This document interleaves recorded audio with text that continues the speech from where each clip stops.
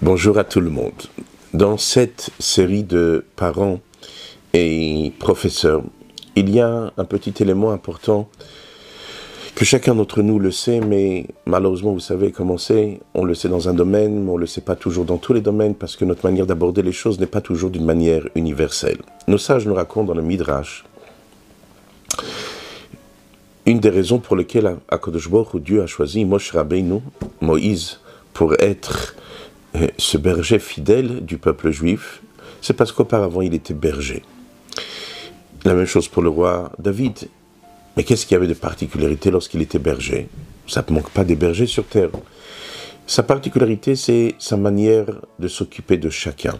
C'est-à-dire, on peut être un berger, on prend tout le troupeau, on le met dans le champ, et tout le monde va paître et brouter. Mais Moshe Rabbeinu ne faisait pas comme ça. Moshe Rabbeinu réfléchissait aux besoins de chacun. C'est-à-dire, les petits, les grands. Les petits, s'ils vont arriver lorsque les autres ont déjà brouté, ce qui va rester, c'est ce qui va se retrouver dans la terre. Ils auront du mal à pouvoir manger. Ils ont besoin de quelque chose de facile à manger, quelque chose qu'avec leur bouche, ils sont capables de prendre. C'est-à-dire, Moshe Rabbeinu s'inquiétait et réfléchissait selon l'identité de chacun. Une des choses qu'aujourd'hui nous avons dans la vie que nous vivons dans l'éducation, surtout dans ces endroits-là, on ne parle pas des parents, mais on parle dans cette relation de parents-professeurs lorsqu'un enfant se trouve dans un établissement. Nous savons bien que, d'une manière générale, la base est l'âge. C'est-à-dire, un enfant de 5 ans, il est dans telle et telle classe, un enfant de 6 ans est dans telle et telle classe.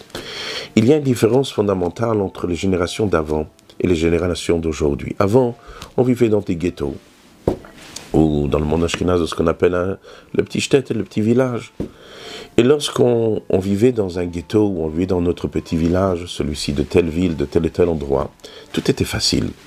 Tout le monde se ressemblait, et tout le monde avait plus ou moins la même identité. Évidemment, on était tous différents, comme disent nos sages, nos visages sont différents, nos esprits sont différents.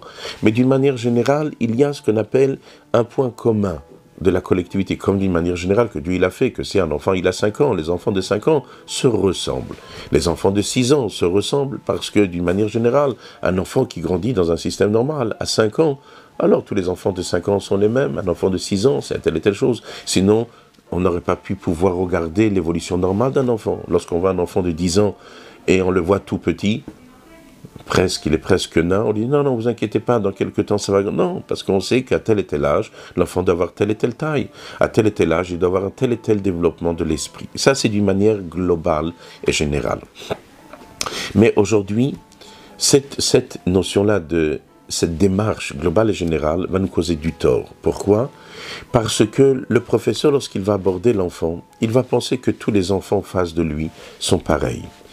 Mais il y a une différence fondamentale. Essayez de vous imaginer lorsqu'un enfant arrive dans une classe, mais Baruch Hashem, il vient d'une maison organisée. Il vient d'une maison où les parents sont calmes.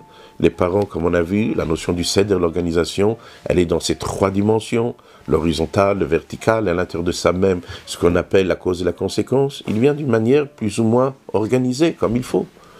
Donc lorsque cet enfant a 5 ans, et il écoute un professeur, ce que le professeur lui dit s'inscrit à l'intérieur de l'enfant dans une normalité. Mais aujourd'hui, il faut savoir que malheureusement, les choses ne sont pas si simples. Je ne vous parle même pas lorsque les parents ont fait Teshuvah dernièrement et ils ont mis leurs enfants, ils ne savent pas comment ça fonctionne, ou à plus forte raison si dans la maison, il y a des notions différentes dans le comportement, sans parler, si Shalom, que Dieu nous protège, qu'à l'intérieur de la maison, il y a des difficultés. Essayez de vous imaginer quand cet enfant arrive, il a 5 ans comme tous les autres enfants. Il est habillé comme tous les autres enfants, mais dans son esprit, il n'est pas là. Comme disait le rabbi précédent, l'âge d'un enfant, l'âge d'une personne n'est pas ce qui est écrit dans son passeport. L'âge d'une personne, c'est ce qu'il est véritablement, le niveau qu'il a atteint. Donc aujourd'hui, nous les professeurs, nous les parents, lorsqu'on voit un enfant. Alors, je ne vous parle pas de ce que Shlomo Amelech dit, Chanoach lanar alpi darko, qu'un enfant, chacun est différent, tel et tel enfant est relié avec telle et telle dimension, tel enfant est relié avec telle et telle dimension. Ce n'est pas de cette partie-là que je voudrais vous parler aujourd'hui. Je vais vous parler d'autre chose, sans rentrer dans la différence de chaque enfant, parce que un a une attirance particulièrement dans tel et tel domaine, les mathématiques, c'est-à-dire tout ce qui est raisonnement, l'autre va être attiré dans une notion plus du BALP, du par cœur. Je ne suis pas rentré dans cette partie-là. Ce que je vous parle, c'est dans un autre élément, l'identité de la personne. C'est-à-dire cet enfant qui vient aujourd'hui a des lacunes. Il a 5 ans, certes, il est dans la même classe que l'autre qui a 5 ans, certes, mais il n'est pas au même niveau. Il y a du retard à l'intérieur de lui.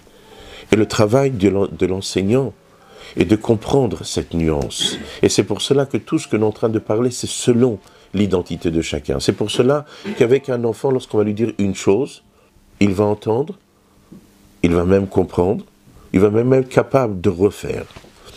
Il peut avoir une personne en face de nous, qu'on lui parle, il peut comprendre, mais il n'est pas capable de refaire. Il peut avoir un autre cas, on lui parle, il ne comprend même pas. Il peut avoir encore un cas encore pire que cela. Il croit qu'il a compris et il n'a rien compris. Et encore un autre cas, celui qui n'écoute même pas. Tous ces nuances-là vont se trouver dans ces enfants de 5 ans. Ils sont tous dans la même classe. Mais le professeur doit comprendre, pour être un berger fidèle, pour être un Moshe Rabbeinu, pour être quelqu'un qui va devenir plus tard quelqu'un de grand, comme dit le Rabbi, pour devenir quelqu'un de véritablement de grand, on a besoin de voir comment on se comporte avec les petits. Aujourd'hui, notre travail, à nous, sans faire de la psychologie et sans rentrer dans des domaines qui sont compliqués, on doit être capable de savoir où l'enfant est. Parce que lorsqu'on parle dans la classe, on est en train de s'adresser à 5, 10 enfants, 15 enfants, 20 enfants, à plus forte raison 25 enfants. On croit qu'ils sont tous pareils, mais ils sont tous différents. Donc ce que je voudrais, c'est que chacun d'entre nous, parents et professeurs, nous les parents, on envoie notre enfant au cheder, on envoie notre enfant à l'école. Mais est-ce qu'on était honnête? Est-ce qu'on est honnête de dire, vous savez, monsieur le professeur, mon enfant a beaucoup de lacunes? Alors évidemment, c'est facile de dire, voilà, professeur, vous ne faites pas votre travail. Mais votre enfant, il a 5 ans, qui dit qu'il doit être peut-être en Kita Aleph, peut-être qu'il doit pas être en Kita Aleph, peut-être qu'il doit être encore au GAN. Ou des fois le cas contraire, il a 5 ans, c'est pas en Kita Aleph qu'il faut le mettre. C'est pas dans la première classe, il faut le mettre en Kita Bet, dans la deuxième classe. Mais chacun d'entre nous doit comprendre qu'on a un devoir, selon l'identité de chaque enfant. Et comme je vous ai dit, je ne vous parle pas maintenant des nuances, parce qu'on a tous des tendances différentes. Je parle au niveau de la construction pure, simple et claire. À 5 ans, on doit avoir un certain niveau. À 6 ans, on doit avoir un certain niveau. Il y a des règles. Et lorsque notre enfant a 5 ans, est-ce qu'il a le niveau de 5 ans? Est-ce que notre enfant, il a 6 ans, est-ce qu'il a les règles d'un enfant de 6 ans? Lorsque vous prenez un traiteur, lorsque vous prenez n'importe quelle chose, il y a des règles. C'est 100 grammes de viande, c'est 120 grammes de viande. Pour un petit enfant, c'est une portion de 80 grammes de viande. Il y a des règles. Il y a des règles. Et lorsqu'on est en train de parler d'un enfant de 5 ans c'est un niveau. Et si l'enfant a des lacunes, alors le professeur doit comprendre qu'ici, le travail n'est pas le même. On ne peut pas se contenter de jeter un mot, et ce mot-là va s'adapter à tout le monde. Non, parce que ce mot-là, le mot qu'on va dire, est adapté pour un certain niveau.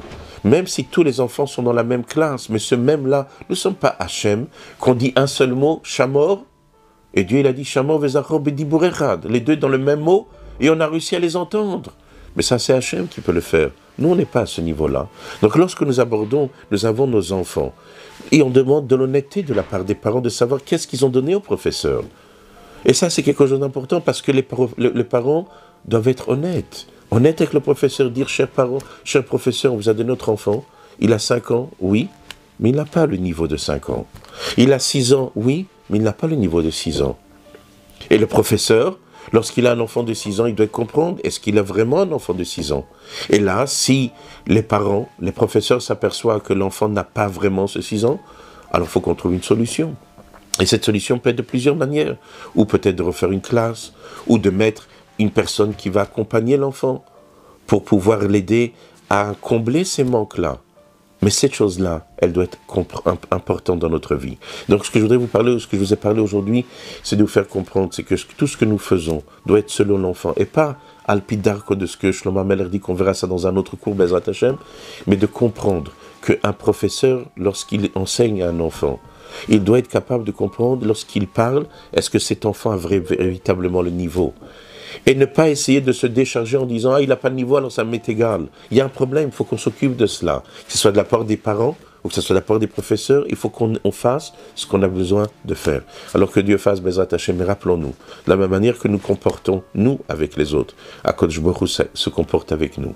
Et lorsque chacun d'entre nous va faire attention à l'autre comme il faut, Akadosh Baruch Hu fera attention à chacun d'entre nous et il s'inquiétera de ce que nous avons besoin. Et rappelons-nous, l'exemple le plus grand de cela, c'était la manne.